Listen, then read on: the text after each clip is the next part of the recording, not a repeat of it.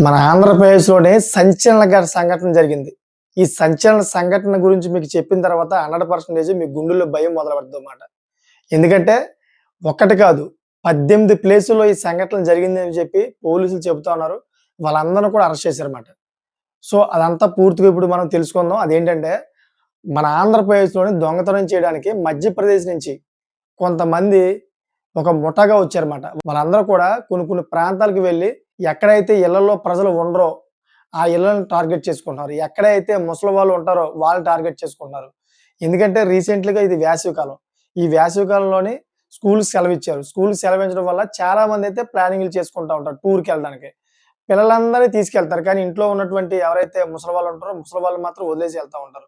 అంటే ఒక మాదిరిగా చెప్పాలంటే ఒక 50 ఇయర్స్ గట్రా ఉన్న వాళ్ళందరూ కూడా వదిలేసి టీనేజ్ యువత అంతా కూడా వెళ్తా ఉంటది.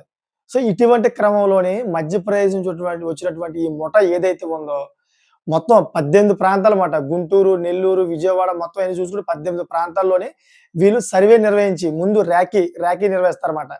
ప్రతి ఊరికి ఎళ్తారు. ఊరికెళ్ళి ఆ ఊర్లో ఏదో అమ్ముతున్నట్టుగా యాక్టింగ్ చేస్తా ఉంటారు.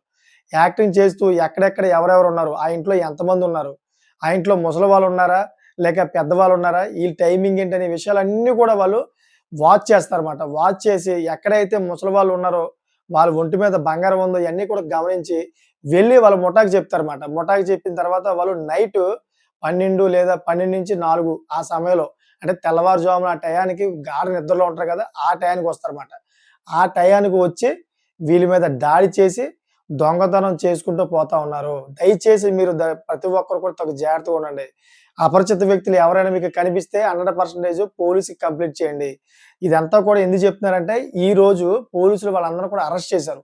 ఆళ్ళ ముఠానందరిని కూడా అరెస్ట్ చేశారు. ఆళ్ళ ముఠానందరిని అరెస్ట్ చేసి వాళ్ళ దగ్గర నుంచి దగ్గర దగ్గరగా 167 గ్రాముల బంగారాన్ని, అదేవిధంగా 5,00,000 నగదని, అదేవిధంగా 2 కేజీలు సిల్వర్‌ని మొత్తం వెండిని వాళ్ళ దగ్గర నుంచి అయితే స్వాధీనం చేసుకున్నారు. రీసెంట్‌లీగా మీకు తెలిసింది ఒక విషయం ఏంటంటే, ఏదైతే శేషాద్రి ఎక్స్‌ప్రెస్ ఉందో, శేషాద్రి ఎక్స్‌ప్రెస్‌లోని భారీగా దొంగతనం అయిందన్నమాట. దగ్గర దగ్గర 5 బోగీలో దొంగతనం అయింది.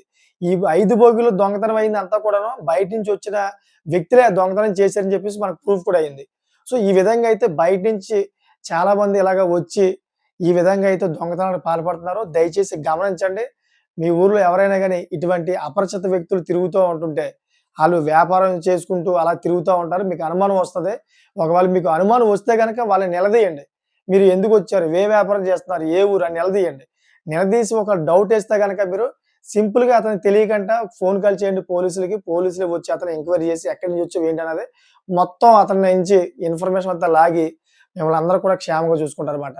సో, ఈ విధంగా అయితే వేసవి కాలాన్ని ఎక్కువగా అదునుగా చూసుకొని వస్తా ఉంటారు. ఎందుకంటే వేసవి కాలం చాలా అనుకూలంగా ఉంటుంది వాళ్ళకి దొంగతనం చేయడానికి. అందుకే వేసవి కాలం ఎక్కువ వస్తా ఉంటారు. దయచేసి మీరు ఇటువంటి వ్యక్తుల నుంచి దూరంగా ఉంటారని కోరుకుంటున్నాను. అదేవిధంగా ఇటువంటి లేటెస్ట్ ఇన్ఫర్మేషన్ కోసం నా ఛానెల్ సబ్స్క్రైబ్ చేసుకోండి.